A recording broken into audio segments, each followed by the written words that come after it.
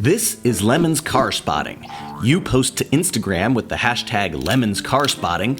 We pick the hooptiest. They are so incredibly terrible. And which one we want to become a real Lemon's build. It does car-like things. I've been pushing for one of those in Lemons too, and those are very affordable.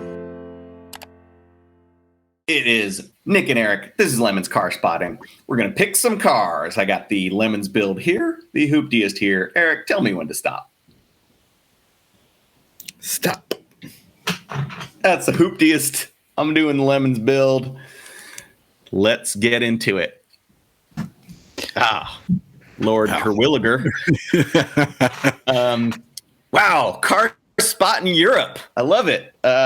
Who is also Lemon's car spotting at the same time. Well, it's a Bentley. I don't know my Bentley models. It's a giant Bentley. Probably like a 1990. Yeah, they kind of looked all the same in the 80s and 90s until they, redid the Continental early in the 2000s. Right. I can't tell any of them apart. They all use the same engine. They all have real wood and leather from, some rare cow or something. I don't know. It's a Bentley. Yeah, well, this is the famous 6.75 liter V8, which is a pushrod motor that goes back to the 50s. We were just looking this up. And, to modernize it, to their credit, they just put turbos on it, which is pretty cool if you think about it. That would have been, the equivalent would have been the Chevy 350, let's just slap a couple of turbos on it and call it a day. Lots of torque. These are, what's weird about these, I guess it's no different from like a Jaguar of the same era. The motor is just this big old lump that not very complicated and doesn't really have a lot to go wrong. And so it must be just all of the other electrical stuff because I think these do have a reputation for not being so good. But I assume it's all of the accessories and whatnot and not the actual fundamental components of it. Yeah. At the end of the day, it is still something that was produced by the British auto industry. So, I think Volkswagen owns Bentley now or bought them in the early 2000s. This is before that. Right. I think our chief tech guy, John Pagel, bought one of these at auction for like $1,100 once. Yeah. I've never seen it, and I've never seen a picture of it, so it may just be sitting behind a barn somewhere and probably not running in the way that these do. If so Tech Boss John Pagel, his email is easily found on our website. If you emailed him and said, I'll show up with $500. Well, he likes weird like Belgian beer, I think. Sort of like, bring him like a Belgian triple. $500 and a trailer. I bet you're going home with that Bentley, and then you'd better bring it to a Lemon's race. There's a weight limit issue. We got a 4,200 pound weight limit. This is going to be above that, but get rid of the seats and everything, and I think you'd be close enough. We'd grant you a waiver. Yeah, what you need to do is you need to take, how you go to, or you see like real racing, they have these elaborate pit boxes and stuff, on the pit wall.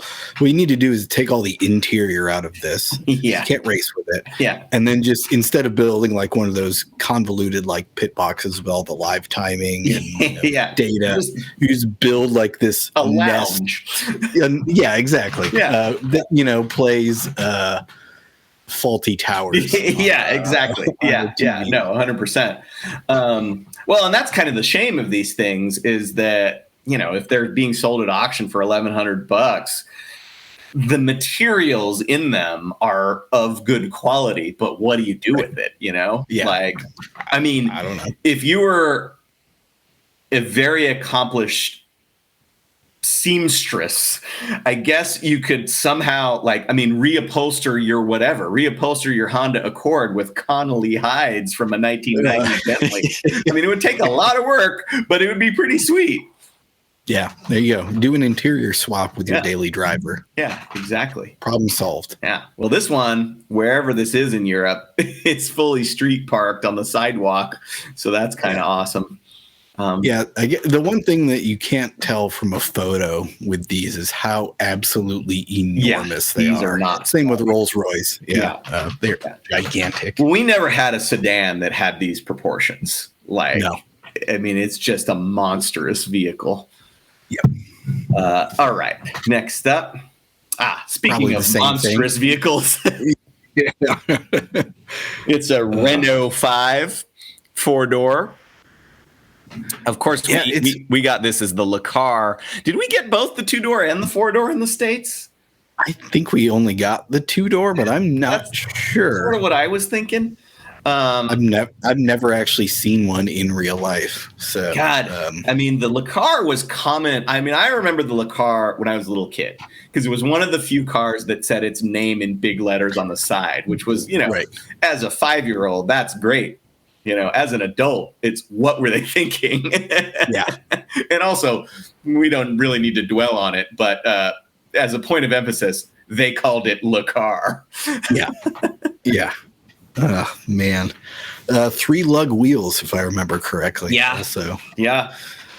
1.2 liters. Yeah. Like so this is an evolution of, I mean, I don't know all of my Renault models, but I know that former Lemons race manager Jeff Glenn had a Renault 12 that he ran on a rally, and it had a lot of similarities with this. It's front drive. It's got a weird little 4-cylinder, super cushy suspension. They're good cars, actually, like little city cars. I mean, I think here they were just too weird, and then nobody knew how to work on them. But if you go, I mean, I don't know about anymore, but like if you were at the time on the streets of Paris, because this car is quite a bit smaller than even like a Golf. Like they're narrow and just tiny little things, but they're so boxy that the interior is well laid out and everything. So, I mean, if you were driving around Paris in 1985, this was a thing to have for sure. Yeah. Have had a couple of these in Lemons. Yeah. We had one that was done up like a skunk. Yeah, like Pepe Le Pew. Yeah. That was completely stock. I believe that was one in IOE. And then there's, of course, the homemade R5 Turbo edition with the mid-engine Nissan V6 in it. That's right. Is ridiculous. Yeah, which was based on a U.S. market Lakar. Right. It looks just like an R5 Turbo.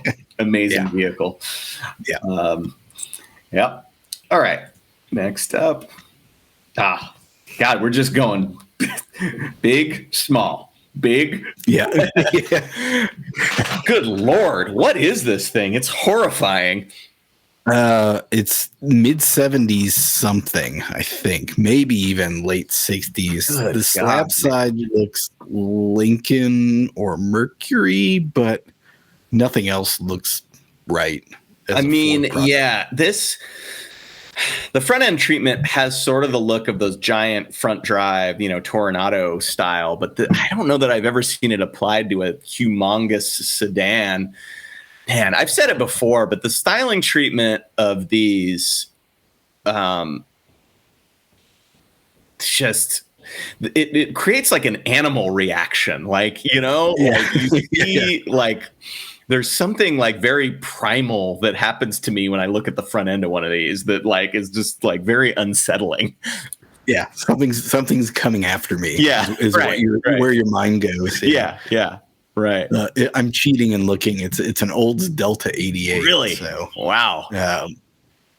When you said Toronado, that kind of tied it together. So it's probably like a 70. Yeah. Something around. Right. And much like the Bentley, the picture doesn't. Well, I would say the picture doesn't do it credit to how gigantic a car like this is, but the fact that it's bisected by the street lamp pole, and it still extends past that. Right, exactly. The entire, the street lamp is in line with the shut line of the rear door, which means there's still like another 30% of car back there.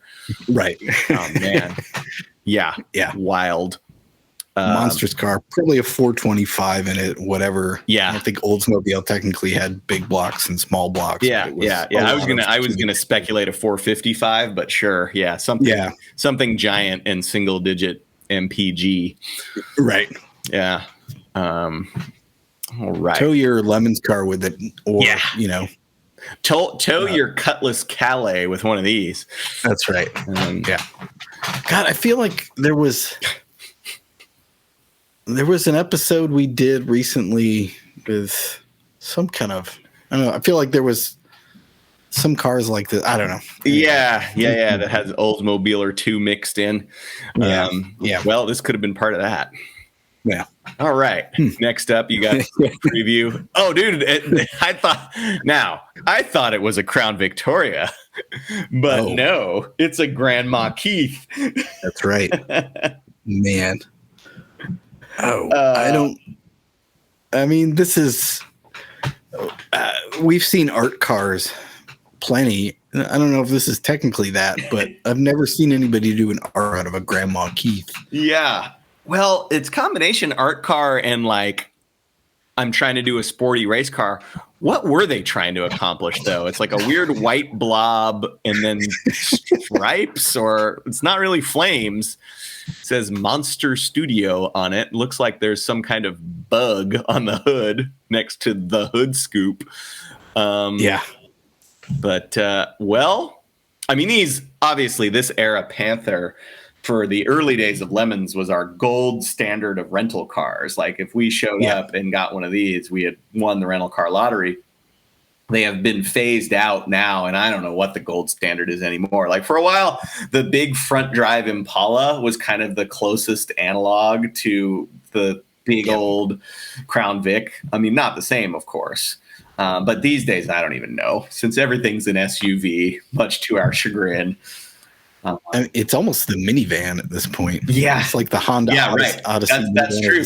I was signed up for like an Altima, and they were like, "Sorry, all we have is a minivan." And I was like, "A minivan instead of an Altima?" And then I was expecting a Chrysler, and it wound up being a Toyota Sienna. And I was like, "Dude, I've totally scored." And it was great. Yeah, for a while I called the Impala the rental car Maserati because It is way more car than you actually need for a rental car. Yeah. But you also would never own it. Right. Surprisingly powerful. Well, and what's funny now, so when that car came out, we got one. There was one or two crossover years where they had the 3.6 overhead cam direct injection motor in the old Impala body. It was like 2012. And so it was the old dumpy looking rental car spec Impala that had 300 horsepower. And I mean, we were thinking like, oh, this is going to be the most incredible $2,500 car 10 years from now. And while that might be the case, the 10 years is also revealed that, oh yeah, those motors have like incredible like timing chain problems and all these things, which is why if you're buying an American car for any kind of long period of time, it's always best to wait 10 years to see what kind of horrible problems rise to the surface, which isn't to say that they all do that, because you might find in the case of something like the 3800, like, oh yeah, 10 years, no problem. It'll do 40. Yeah. Who cares? Yeah. But then something like the 3.6, it's like, oh yeah, actually there's some design flaws to this. So. And then you have the Grandma Keith with the unkillable 4.6 modular. 4.6 is one of those ones that keeps on going. Yeah. So this is fine. Put a cage in this thing. Yeah. No theme needed. It does look like it was originally the baby blue that was so common on the Mercury. Yeah. All right. Ooh. Some kind of a Rambler or a Studebaker? Studebaker, yeah. You can just kind of barely see the S in the Yep. In the hood ornament. Yeah. Well, Ramblers and Studebakers of this era are so similar. Yeah. I mean, were they related actually? Because that you're getting into a weird like sort of AMC like kind of orphan American brands that might have merged at some point. But yeah, is there any actual connection between like a 60s Rambler and a 60s Studebaker? I don't think there is. Studebaker went out of business around the time that AMC started, and I think AMC might have purchased some remnants thereof. Okay. But there was no like engineering crossover of the cars. Right. Studebaker and Packard, yes. Right. And I feel like Kaiser was part of that, maybe. I might be wrong about that. Yeah, exactly. You're getting way out into the weeds. Yeah. And the more you want to know about it, the more cootly you feel. Yeah. Like, oh, well, yeah, and then if you want to go full coot, all of those failed brands, they failed because of reasons that were not their fault. That's like an ultimate coot. If they had been marketed better, or if the buying public understood that this was this real, like so on and so forth. It's like, well, they failed for a reason. Yeah. This is looking at this. This is like super late. Probably the last couple of years, like 63, 64, something like that. It's not a terrible looking car. I mean, it looks like, what was the mid-size? I mean, like a Fairlane, like it kind of has a similar roof line to that. Yeah. It's kind of got the thick C-pillar that kind of goes with that.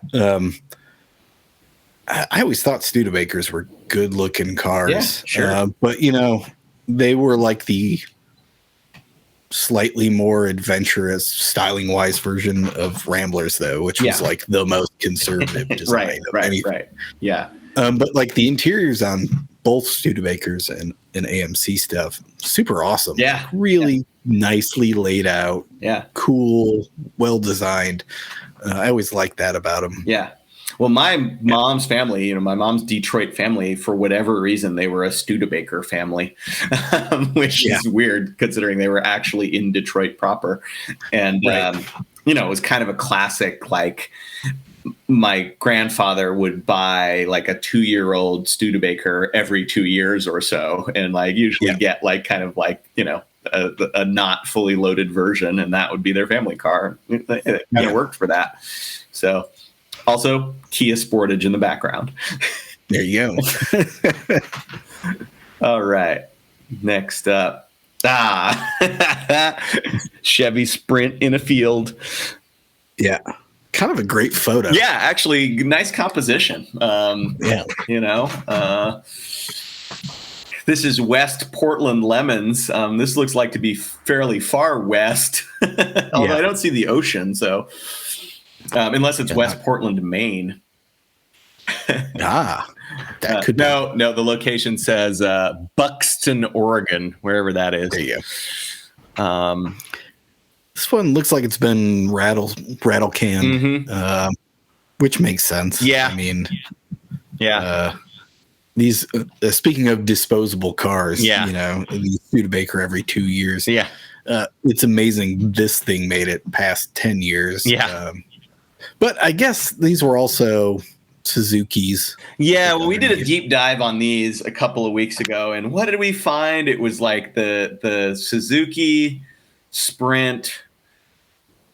No, Suzuki Swift and Geo Metro are the same car, but the Chevy Sprint is a different Suzuki, or it's a different Suzuki, something like that. Anyway, weird little, and I think these were 3-cylinder, or some of them were. You could get a turbo, I mean, it's kind of too bad that, because they're a bunch of neat. I mean, this is effectively like a K car. And there's a bunch of neat ones that they don't bring here. I mean, presumably for both sales and crash test reasons. Right. But it would be kind of fun to have more choices like this for just like run around the city type vehicles. Yeah. Yeah. The little 3-cylinder turbo is very Japanese city car. Yeah, definitely. It's cool. Yeah. Those are cool. Yeah. We haven't had one in Lemons in a long time. Right. Oh, speaking of not having in Lemons, it's the Chrysler TC by Maserati. Now, have we had one or have we not had one at this point? I know we've had an Elante. We have had one. It did 7 laps. That's why. So I don't remember it. Yeah, the whole story is, team registers for whatever Gingerman with TC by Maserati. I say, yeah, right. It's probably a LeBaron. Yeah. They show up. It is an actual TC by Maserati in red with the hardtop. and it has the turbo motor in it that it's not the original turbo motor, but it is a Chrysler turbo motor in it. And as you know, there's a Lemons World episode where we talked about turbo Mopars, and it was the classic story of, you know, are you guys turbo Mopar guys? Yeah, of course we are. All right. I know how this is going to go. Yeah, right. And I was like, cool. Well, did you bring spares? And they're like, why would we do that? We built this one to last. And, you know. Best engine ever. You know, a legal clip and a spring and a Post-it note, 600 horsepower. Yeah. It's got a shove in the right hole and you're good to go. 7 laps, and they looked like they just looked like somebody had blown up their hometown. Like they were like just distraught, like had no idea what had gone wrong. Like it was kind of horrifying to watch because they were so like, yeah, of course it'll run. We do this all the time. You know, God. Yeah. Well, there was a variant of so that you could either get a V6 or a turbo 4-cylinder in these. Is that right? Maybe it was a Baron. No, it was originally the turbo. I think they made it for 3 years. I think the first 2 years were only the turbo, and it was, you know, tuned by Maserati, and it actually was, you know, whatever that means. It had like another 15 horsepower, and then for whatever reason, they put the 6G72 Mitsubishi V6 in it for the final year. Reason. Yeah, and we have lying around. And it, you know, Maserati tuned that one too, and it was like 170 horsepower. So it's like they got more horsepower. Whatever. Yeah, they're all really bad. Right. Well, yeah. So I do remember the Maserati version of the Mopar Turbo being different, and that being like a desirable. I think the cylinder head was different or something, and that being desirable for other turbo Mopars. And like, I mean, just imagine like if that's the world you're in. Like, man, I got the rare cylinder head for my Daytona Z, and you open it up and it's Maserati. Holy smokes! I guess it's not that different from the current trend of Volkswagen guys putting the Porsche motor, and it's like from the Cayenne. It's like, all right, it's like a weird, like, you know, crossover SUV motor, but no, it says Porsche on it. It's going to be awesome in my Jetta. Yeah. Man, I've never appreciated in profile how awkward the styling is on these things. Also, it ain't good. Yeah, it really ain't good. There's so much bad happening there. Just angles and proportions are really, they're way off. It's almost comedic. It is comedic. I mean, this is a very Grand Theft Auto like generic car. It would be called like the Larati or something, like made up word that's a combination of Maserati and LeBaron. Yeah. I love the gas cap and the opera window are the exact same size. Oh, Lord. All right. Well, can never have, even though we've had one already, don't let that dissuade you from bringing one to Lemons. $40,000 in 1988. Yeah. Oh, man, it's a Morris Minor. Neat. Yeah, a car we've not had in Lemons. I don't know if the wheelbase is too small. It's probably pretty close. Yeah. They're really tiny. And they're not very high-performance vehicles. No. These would have had, what? God, this is where we need Armand, the car coot. Probably an A-Series, Austin A-Series, you know, like just the small, which, you know, is not a bad engine. Maybe not a great racing engine. Well, I shouldn't say that because people obviously do race them in Europe.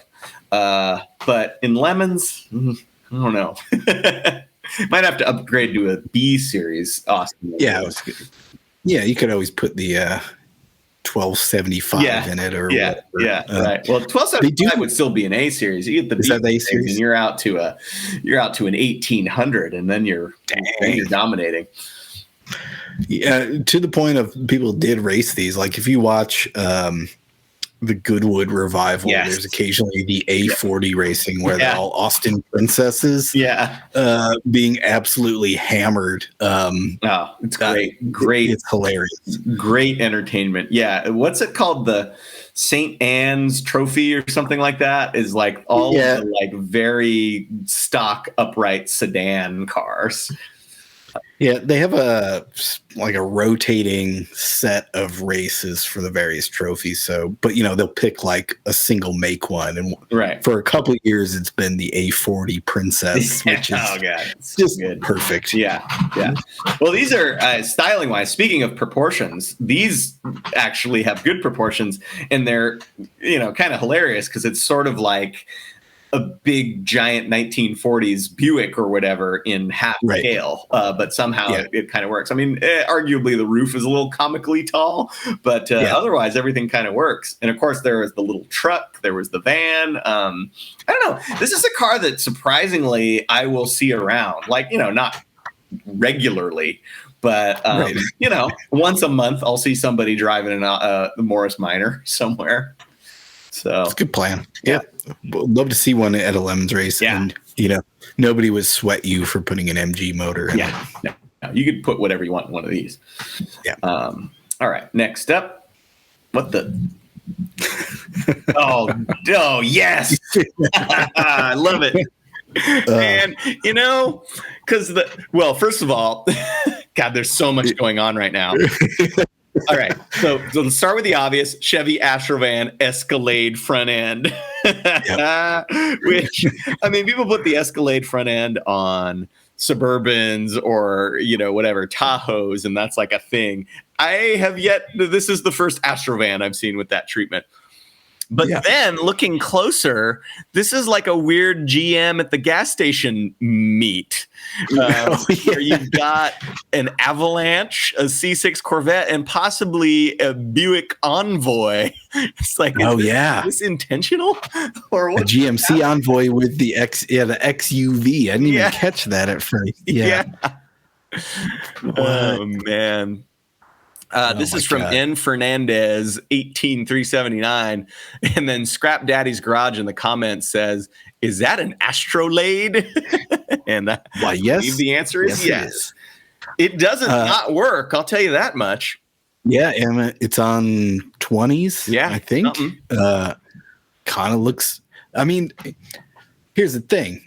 Custom vanning has never actually completely gone away. It's just changed. Right. So, the Astro van kind of was always the outside looking in custom van. But, in the last, they must have built these until the year 2000. Oh, yeah, at least.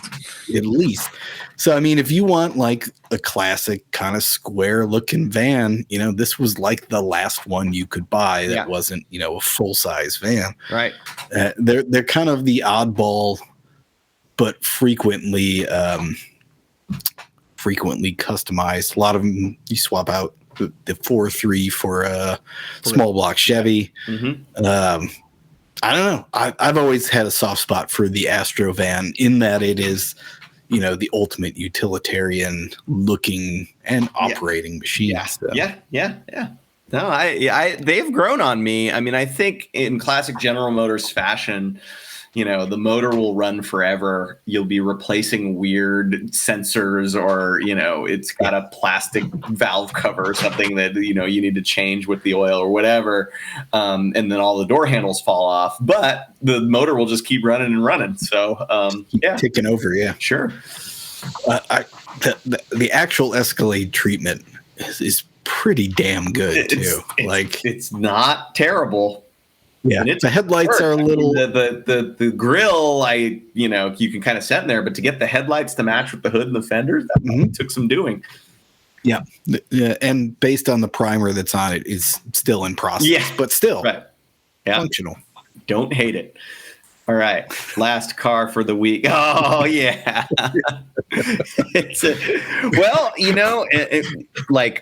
we've said it many times on this channel. Most Americans, to carry their, 450cc dirt bike, they need a an F900 King Ranch, when of course all you need to do is get some wood and ropes and tie it to the back of your Prius C. Yeah, I mean, this is utilitarianism in a way that I can completely appreciate. Yeah. Being a functional Midwesterner, it's just working for this person. Yeah. No, I mean, I'm sure that this is one of those things where it's like, I don't need to move my motorcycle all that often. And so I don't need a giant truck, and I'll just, make my Prius do it. And doing it is. So. It almost looks like they modified a bike rack or something to do it, which is not, ideal. But the one possibly concerning aspect that I can't figure out is what's going on with the front wheel. I mean, ideally what you do with this is that the front wheel's not touching the ground. But I feel like it is touching the ground. Yeah. And I feel like that creates some weird alignments situations to work out. Yeah. This reminds me of a story, actually. I interviewed Randy Popes for a story many years ago. I asked him what his first car was, and he had a Fiat 850 Spider, but he was racing dirt bikes at the time. So he could get the dirt bike into... He would wedge the wheel behind the seat of this 850. So half the bike would be hanging off over the fender. But he would get it there. Yeah. Use what you got. Yeah. It was an process to load and unload it, but whatever. Yeah. All right. Let's get into some awards. Let's see. You've got the hooptiest. Man, there's nothing stands out too much. I mean, the Morris is pretty hammered, but it's a Morris. I don't think there's anything wrong with that. A brand new pristine TC by Maserati is actually pretty hoopty. Yeah. Could be in consideration. Yeah. But I think I'm going to go with the end of production line, been sitting in the sad lot next to a Kia Sportage Studebaker. That is, that's a car somebody should still have, and that, nobody in the world is restoring 64 Studebakers. So this car is just going to sit here and do this forever. So it is the hooptiest. It will be in this state until it, it'll just deteriorate from here. So there you go. Well, it'll be there forever unless somebody makes it into a Lemons car, which is why it's my pick this week for the Lemons build.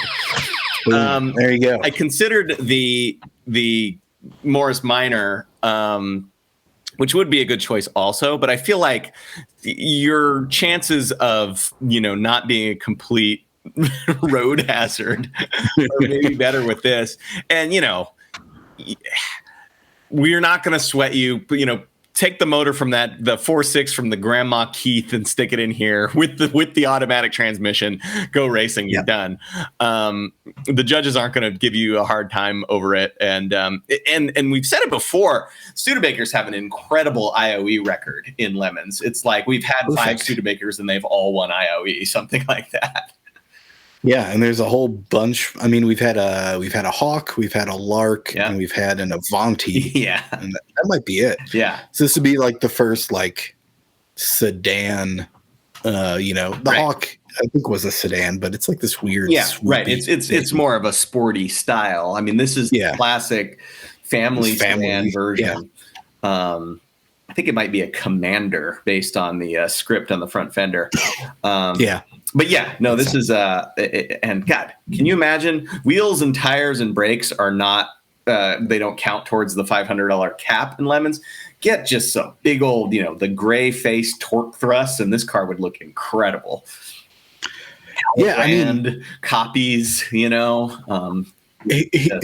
a million ways you could do this, but as Nick points out, you're going to get a lot more leeway if you bring a Studebaker Commander, and as long as you're not putting an LS in it, you could pretty much build almost like the world's only pro touring style Studebaker. Right. You really want to go totally over the top. Yeah, I mean, you'll be less likely to win an index of affluency, right? The more you modify it. But if you run it with I don't know, Ford 300 straight six and a 3-speed, you're in the mix. Yeah, and, 100%. And you'll look spectacular. Yeah. Yep. Well, your mission is clear. So until next Thursday, keep tagging your photos, Lemon's Car Spotting. We'll find them. Find a Studebaker in the yard, take a picture of it, but then take it home and make it into a Lemon's car. That's right. Themes right there for you. So many Commanders.